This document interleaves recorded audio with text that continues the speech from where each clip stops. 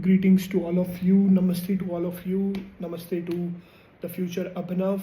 Few friends who are going to click on this video but not make it till the end because they don't understand the tangent I'm going on.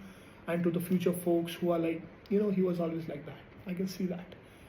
I'm watching you guys. But today we are here to document a book that has left profound impact on me. I think it's been a while that I have read a book on Indian political system or Indian politics and the landscape of it with such an extensive account. It's been a while. I think the last book that I can think that I loved was Vinay Sitapati's Jugalbandi. I think that book just carries a lot of weight with its stories, with its narratives, with its speculation regarding what happened behind the scenes, and of course, there were witnesses to what was happening back then. A very beautiful book, Jugalbandi. But this is not about Jugalbandi. This is about a new book that I've read, titled Gujarat under Modi. Gujarat under Modi. First of all, coming to the title, what this book stands for. So this book carries the weight, the story, the narrative of administration and politics of Gujarat under Narendra Modi, but when he was the chief minister of the state, not the prime minister. So we are talking about a prime ministerial, era which he embarked upon. And let's talk about the author. I think the book is remarkable just because of this author who did an extensive study. This book is statistically driven. This book is very rich and extensive on its accounts, and it talks about all the witnesses who has been to the transformation of Gujarat. Transformation of Gujarat is not just an infrastructural thing, but also in the economic sense and the social sense. Of course, political being the forefront. So this is the author, Christophe Jaffrelot, however it is pronounced. But this guy is an Englishman or a Frenchman who teaches Indian politics and Indian political system in King's College London. So it's very ironical and in the lines of funny that a system as complicated, complex and robust as Indian political system is being taught by a guy who is foreign to this land. But I think he has done a commendable job in writing this. Let me just tell you about the book. So the book starts with the Indian National Congress, that is Congress era, how they worked in Gujarat. It also talks about what is the social composition, what is the popular political narrative around the people. It talks about the social history of Gujarat. And then there's a character that comes as a prime minister who had been living in political oblivion of sort from his own state because he has been transferred to Delhi and has been ostracized. Not oblivion will be a wrong word, but he has been ostracized from his own domestic state politics where he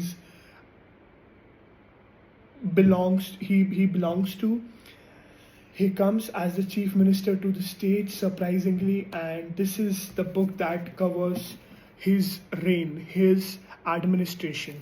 So this book also a fact that also has to be covered with about this book is that this book was supposed to be released back in 2013 when prime ministerial candidate, we did not know that he was we did know a bit that he was supposed to win the election, but he was yet to win the elections. This book was supposed to be released in 2013, but I think due to its criticality, to his style of working, I think the publishing company kind of backed off, and something happened behind the scenes with the publishing company that this book was not able to publish at the time. But this book published just before the 2024 election, that is somewhere around 2023.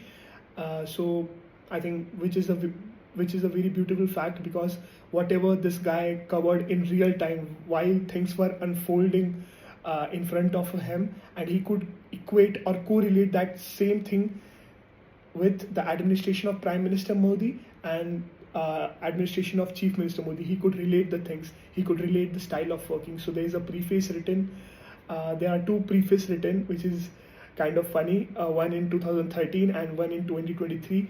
And this book covers the narrative of populist nationalism as a term. It covers how Modi became this Hindutva Raja of sorts, why people after that political debacle of Godhra happened, how people crowned him with the savior, with this thing of that he's a god complex of sort who is there to save the Hindus.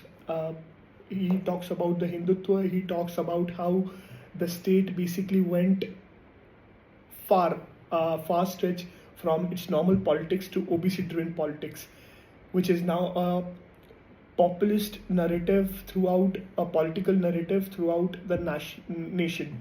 It talks about what is Gujarat model. People in popular narrative, people in popular media narrative forget that Gujarat model not only stands for the infrastructure, the riverfront, the electrical penetration, the electricity penetration, the water 24/7 availability, but it also stands for the OBC-driven politics that Modi, largely credited is to Modi, the OBC-driven politics that he has ingrained in its DNA. So I think this is a very beautiful book. It also talks statistically on the agriculture modernization of the state. It talks about how we can see real time that how the central government under Modi has used the agencies and institutions it has captured, like CBI, ED, to kind of threaten and leverage their position with political opponents. This has been a part of his playbook while he was chief minister. So it's a very good book overall. It also talks about the communal violence, the Islamic threat, that there was a narrative of Islamic threat that Hindus are threatened with the increasing numbers of Muslim, everything. So I think that was the reason the book did not publish back then in 2013. It also embarks upon this beautiful section where he talks that Modi was very watchful of his political opponents, both inside the party and outside the party, and everyone who he sees as an enemy, who he sees that his power will be threatened. He went on in a tirade of surveillance.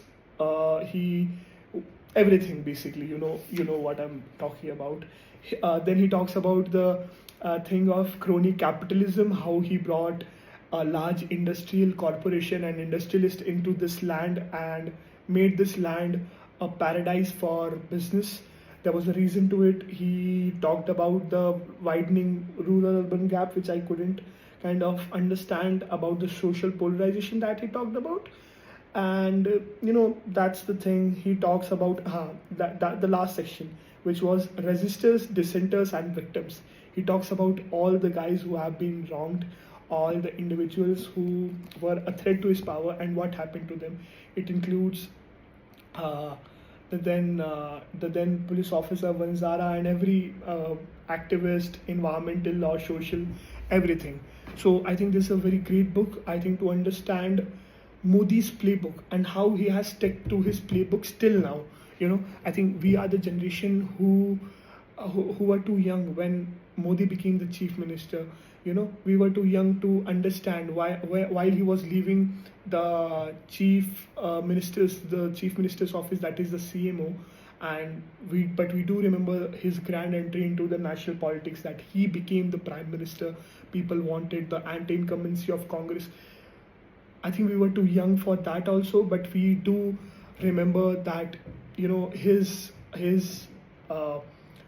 entry into the national level, into the prime minister candidate was huge, and it was grand. I think we all remember that.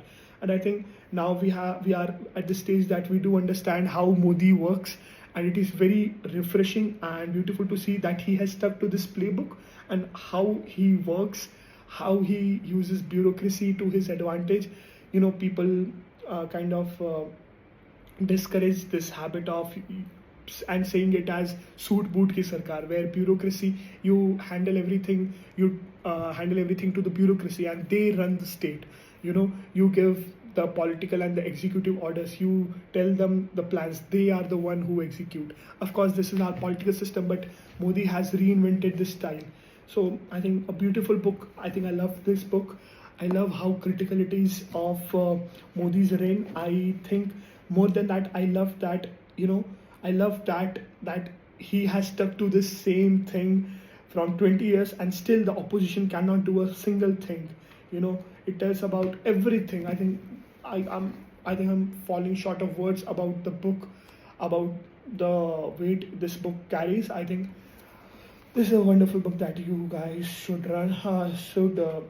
see, blabbering. You should read. That's it. I think great book. See this cover. You know, great book, beautiful book. I think this cost me almost 900 rupees. The publishers are Westland Books. I hope you kind of read this book. You know, the narrative of Hindu majoritarian, the nationalist theories, everything. I think that's it. That's it for this video. I'll be repeating myself if I continue any more. Thank you. Jai Hind. I think I should stand up.